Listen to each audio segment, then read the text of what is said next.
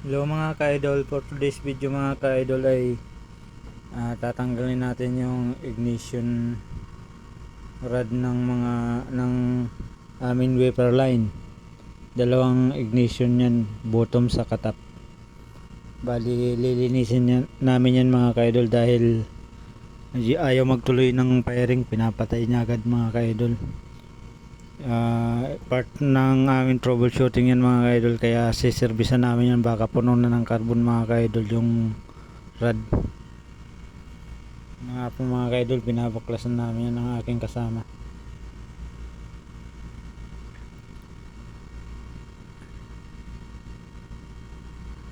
Mga ka-idol, yan yung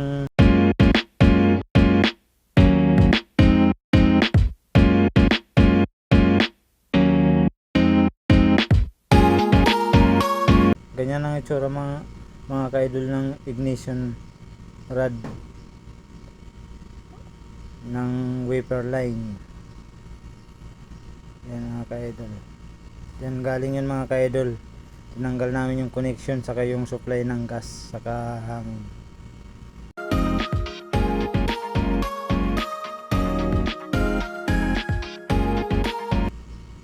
Yan na nga po mga ka-idol, at lilihahin ko yan mga ka-idol para matanggal yung carbon mga ka-idol. May sabon din yan mga ka-idol para yan, pinakita ko pa yung balde.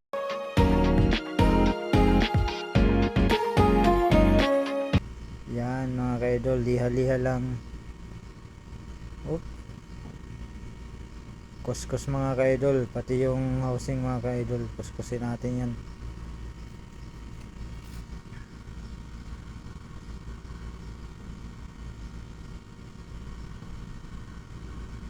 Yan na mga ka-idol, binabrush ko pa yan mga ka-idol. Bali dito nga pala ako sa workshop namin naglinis mga ka-idol, para hindi madumi dun sa production.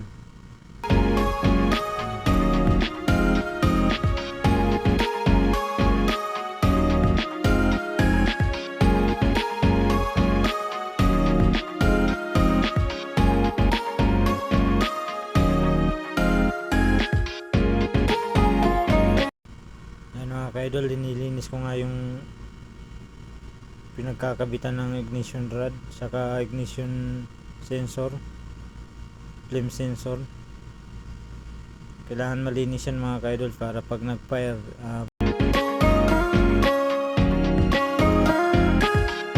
kuskus lang mga ka-idol para matanggal ang dumi.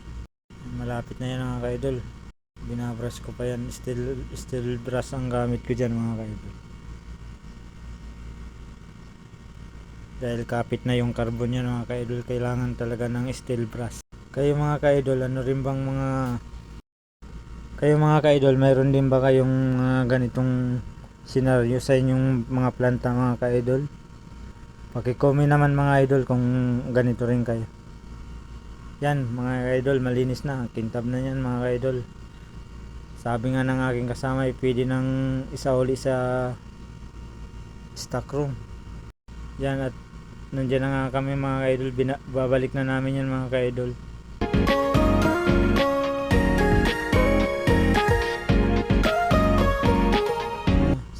Kailangan mga ka-idol, tama yung paglalagay natin dyan, tama yung position ng flame sensor, tama yung position ng rod, kasi may sukat dyan mga ka-idol ba. Pero tansyahan na lang yan mga idol. Ang gap nyan mga ka-idol parang sa spark plug lang, mga 1 mm to 2 para maganda yung spark. Tapos yung flame sensor naman mga ka-idol or ionization rod ay kailangan nakatapat din dun sa kung saan yung may apoy para kita niya yung apoy. Kasi yan din yung magpapatay sa kanya pag hindi niya nakita at saka nag-ignition na siya tapos di niya nakita mga ka-idol, papatay niya yung controller niyan. Kaya isa yan sa tiningnan namin na posibilidad na nagpapatay dun sa aming trouble mga ka-idol, kasi ayaw magtuloy ng firing.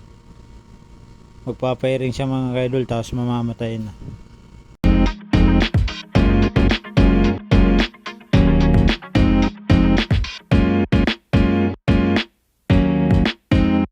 Mag-ignition muna yan mga ka-idol bago niya buksan yung pinaka main flame ng oven ng wafer. Ang haba kasi yan mga ka-idol, kailangan safety tayo dyan.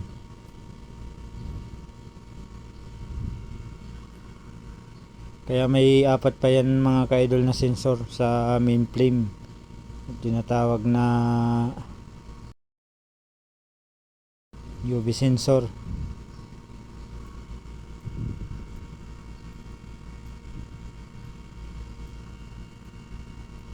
Safety rin yan mga ka-idol kasi pag wala siyang nakitang apoy tapos yung gas ay tuloy-tuloy tapos nag-malfunction ang sensor mo, pwedeng magkasunog yan mga ka-idol. Kaya safety yan. Halimbawa binuksan na niya yung gas LPG tapos walang apoy na nakita, papatayin niya yung gas mga ka-idol. Ganyan ang sistema niyan mga ka-idol. Yun yung aking pag-unawa dyan mga ka-idol sa oven namin. Ewan ko lang sa kung mayroon kayong mga ganyan sa inyong mga company, lalo na sa mga technician dyan mga ka-idol, production technician, maintenance. Yan. Sinusukat ko nga pala dyan mga ka-idol yung gap. Kailangan tama yan mga ka-idol. Tama yung pag ano natin dyan.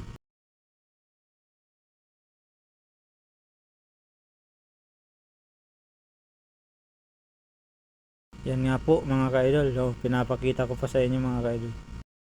Nauna pa yung aking kasamaan mga ka-idol. Expert na kasi yan dyan sa ano, sa pagdating dyan sa oven. Isa yan sa pinakamatagal na empleyado na dito mga ka-idol.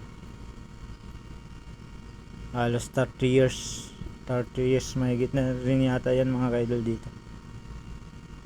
Sir Edgardo, sinasok ko na rin nga mga ka-idol dyan sa housing yan ng ano, yung ignition natin mga ka-idol. Ready to kasa na yan. Wiring na lang yan mga ka-idol. Pinawiringan na namin yan. Pinakabit na namin yung ignition wire saka ignition, yung flame sensor wire dyan. Tapos titestingin na namin yan mga ka-idol. Thank you for watching mga ka-idol. Please follow my page and like na rin at comment na rin po. Maraming salamat po. God bless you.